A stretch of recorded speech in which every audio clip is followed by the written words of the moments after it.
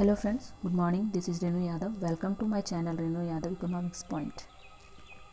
आज डिस्कस करेंगे इकोनॉमिक्स में फर्स्ट पॉइंट, इकोनॉमिक्स की परिभाषा। चलिए स्टार्ट करते हैं। जय माता दी। अर्थशास्त्र की परिभाषा, डिफाइनिंग इकोनॉमिक्स।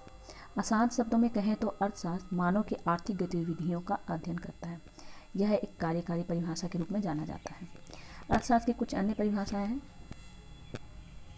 अर्थशास्त्र समाज द्वारा दुर्लभ संसाधनों के उपयोग से मूल्यवान उत्पादों के उत्पादन और उनके वितरण का अध्ययन करता है। या यूँ कहें, व्यक्ति, फर्म, सरकारें एवं अन्य संगठनों द्वारा किए गए चयनों के द्वारा समाज में संसाधनों का उपयोग कैसे तय होता है, अर्थशास्त्र इसका अध्ययन करता है।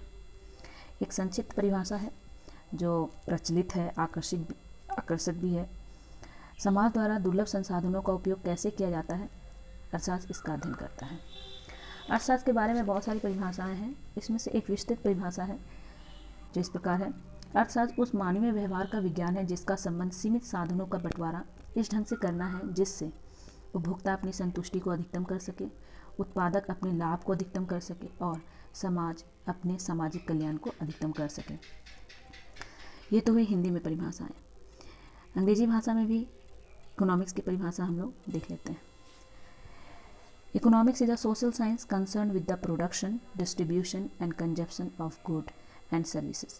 It studies how individuals, businesses, governments, and nations make choices about how to allocate resources. अब आते हैं आगे हम लोग इकोनॉमिक्स के बारे में। इकोनॉमिक्स को दो भागों में कब बांटा गया? यहाँ हम लोग पढ़ेंगे व्यष्टि और समष्टि, माइक्रो एंड मैक्रो। तो विश्व में जो महामंदी आई थी 1930 के दशक में, उस समय अर्थशास्त्र को दो बृहद शाखाओं में बांटा गया।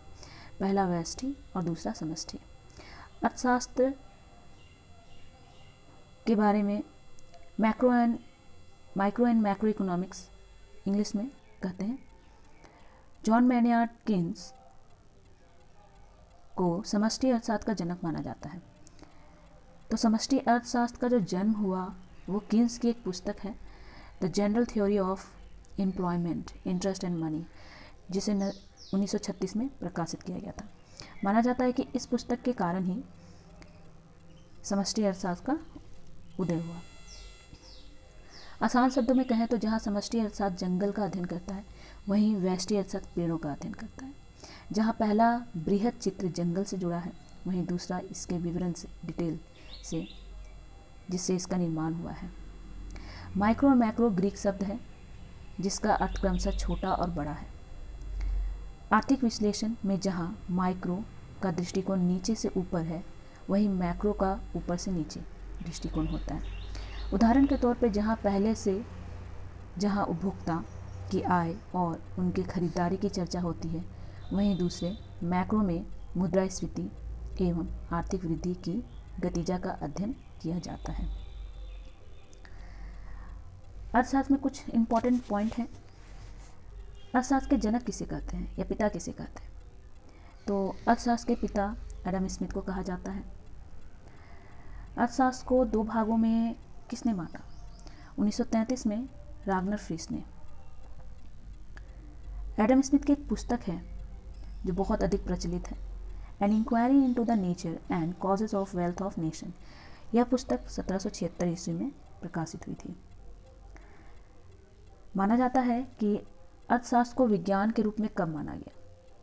तो एडम स्मिथ की जो महान पुस्तक है an inquiry into the nature and causes of wealth of nation के प्रकाशन के साथ ही अर्थशास्त्र एक विज्ञान के रूप में प्रचलित हो गया।